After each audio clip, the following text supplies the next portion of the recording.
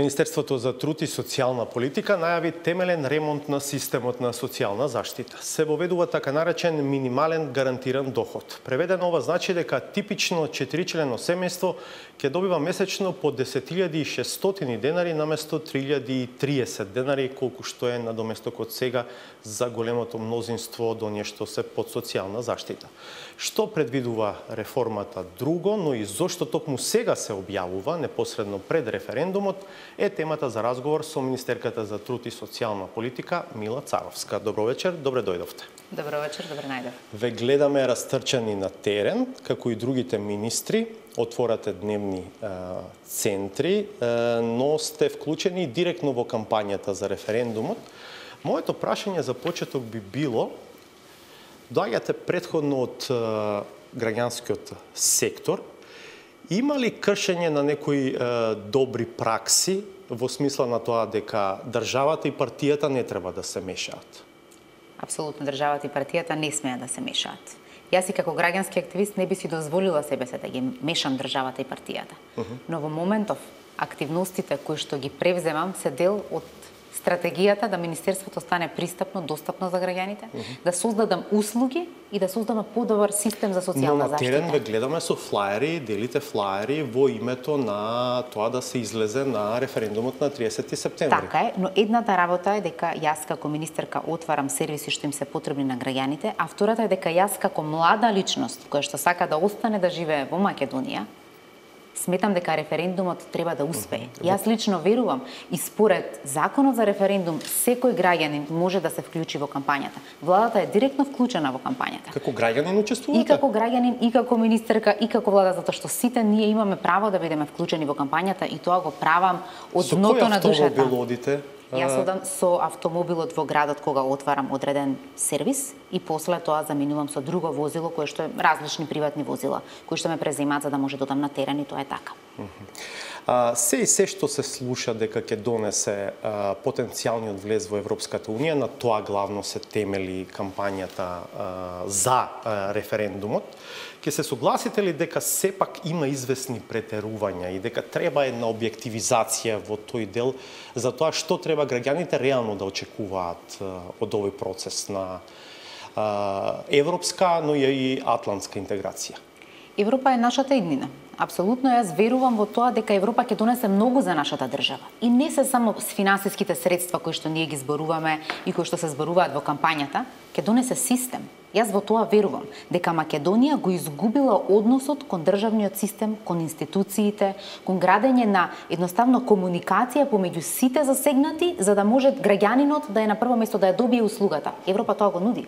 Кај нас во Македонија се уште треба да интервенира највисокото ниво за да ви остварите едно основно право. Па нека и во социјална заштита. Зошто е тоа така? Затоа што се изгубил државниот систем и комуникацијата помеѓу институциите. Европа прво тоа да ни го врати, така да ни го донесе заради тоа што преговарањето значи исполнување на стандарди и критериуми кои што се наметнати во високо развиените земји. Дали ова друга дефиниција за камшикарот за кој што зборува премиерот?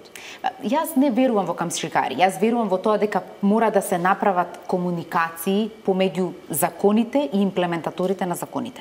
Таа комуникација, таа врска, како што е да речеме врските во мозокот, така и тука не достигаат. Не ни треба камшикар колку што ни требаат стандарди кои што ние ќе ги следиме, а при тоа да, одредена група нас ќе не следи, но ние мораме самите себе да се убедиме дека Европа значи систем и дека тој систем ќе го пресликаме во нашите државни институции со цел да ги услужиме граѓаните. Но мора да станеме ние сами свесни, затоа оваа кампања е потребна. Дали тоа што сега објавувате темелна реформа на системот за социјална заштита, а сето тоа ќе почне да се применува од 1 февруари до година, е во духот на ова што предмалку го зборувате?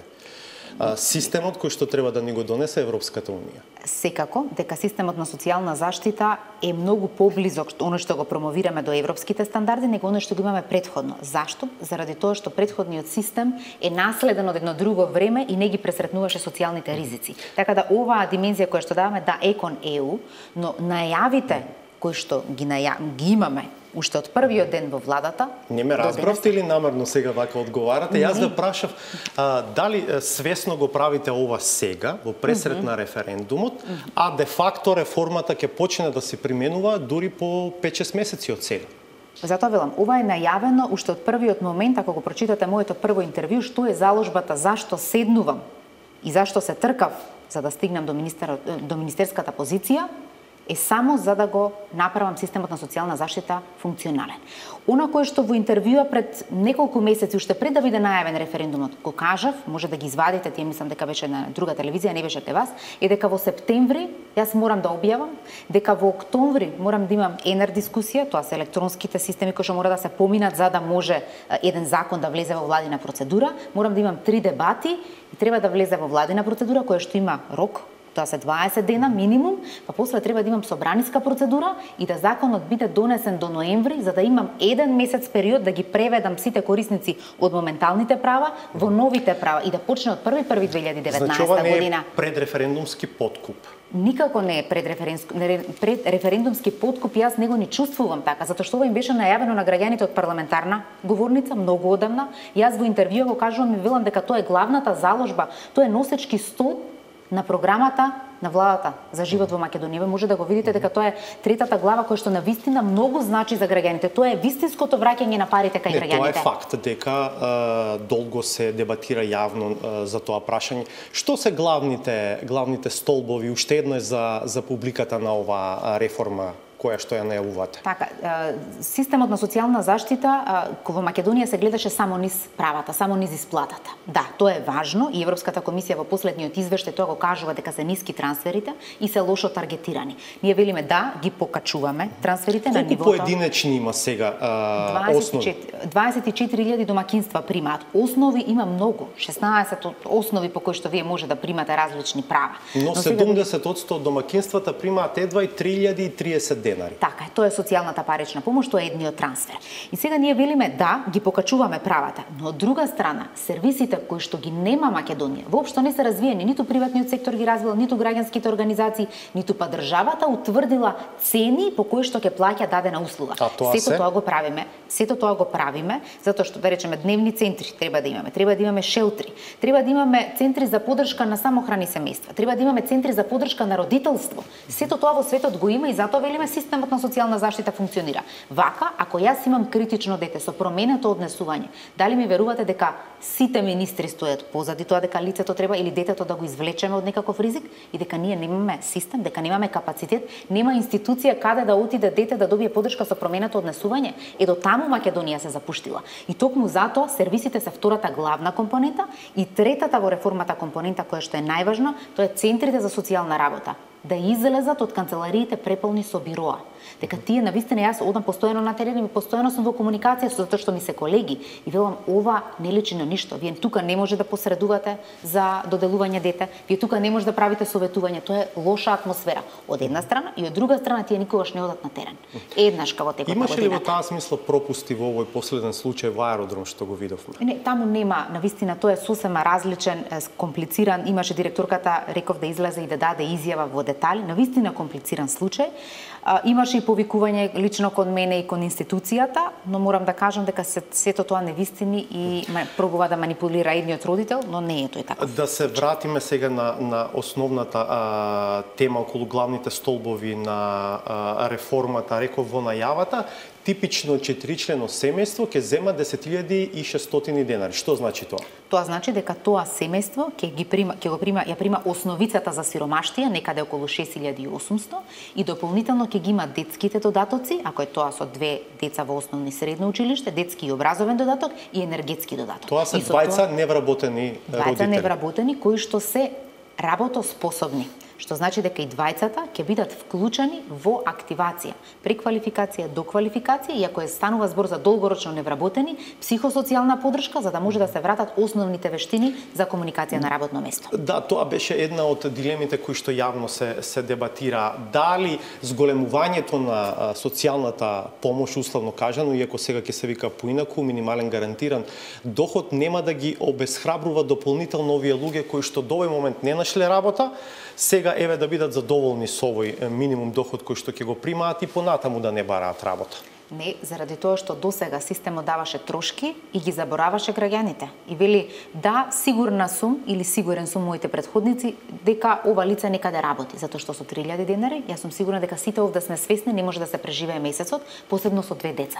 Што значи дека тие луѓе биле некаде активни на пазар на труд. Но со каква квалификација, дали собирале пластика или питачеле, е прашање кое што може да го дискутираме. Но нас ни е важно. Ако државата исплати достоинствена сума, во тој момент вие може да го врзете семејството да ги носи децата во училиште или може да го казните ако не го прави тоа. Сега е срамота да го казните, затоа што ништо не му нудите. На сите овие деца што се по улица досега не сме им дале ниту детски додаток по закон немаат право, ниту образовен додаток. И тоа многу значи за овие семејства, што значи може да го врзете да оди во училиште и да не сме да проси. Од друга страна 8 часовна активација на возрастните лица мора да им се понуди. Затоа ќе носиме посебен оперативен план кој што ќе има дизајнирани мерки за активација на сите овие граѓани кои што во моментов ни се во социјален ризик. И со тоа правиме општествена трансформација, јас ќе кажам.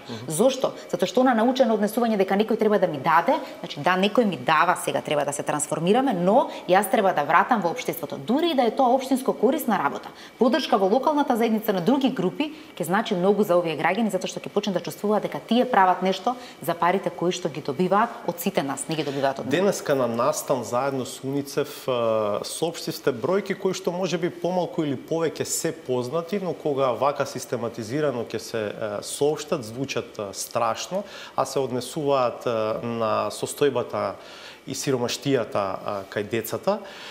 Секој четврто дете во Македонија е сиромашно.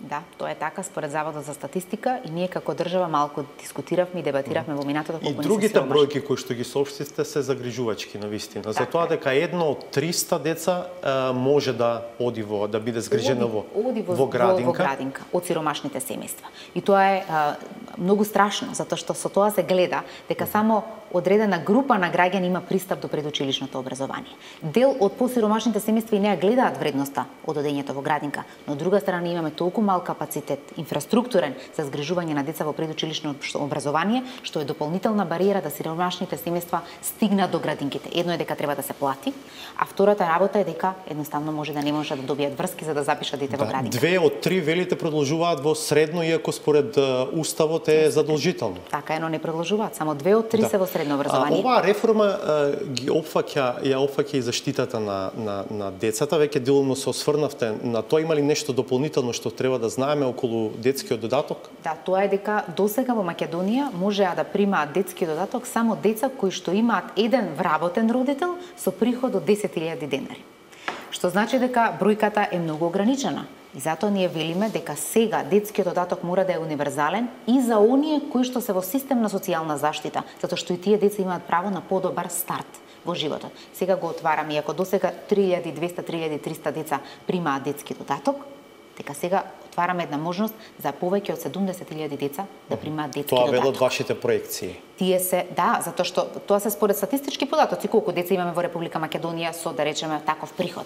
Тоа го правеа моите вработени заедно со Светска банка за да може да ги добиеме проекциите. Реално ќе ги видиме бројките први 2019. Колку чини реформата? Скапа? Ќе врати таа назад во општеството и во економијата?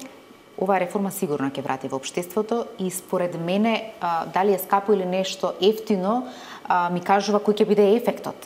Инаку се многу пари, тоа се 2 милиарди и 200. И јас сум срекна што владата и министерот за финансии целосно дадоа поддршка на оваа реформа. Тоа во евро колку е? 35 милиони, ако не се лажам, јас сум математика, но 2,2 милиарди денари е секако сумата.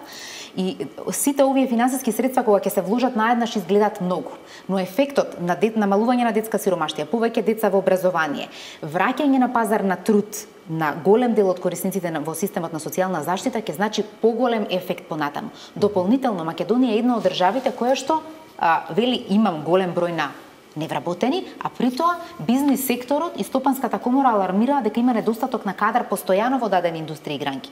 Ние сакаме да овие две работи ги споиме и затоа велиме општествена трансформација, дека луѓето од систем на социјална заштита ќе ги преквалификуваме, ќе ги доквалификуваме и ќе ги понудиме на пазарот на економија, затоа што само држава која што има повеќе вработени, така е вистинска држава која што нуди излез од сиромаштија. Ќе ги имате тие пари во буџетот за следната година? Да, апсолутно, проекциите се направени, министерот за финансии ќе го објави буџетот кога ќе му дојде денот и редот, така ќе се отвори дебата, но во секој случај тие проекции се реални и стартува оваа програма од 1.1.2019 година, затоа што уште во оваа година ќе го донесеме законот.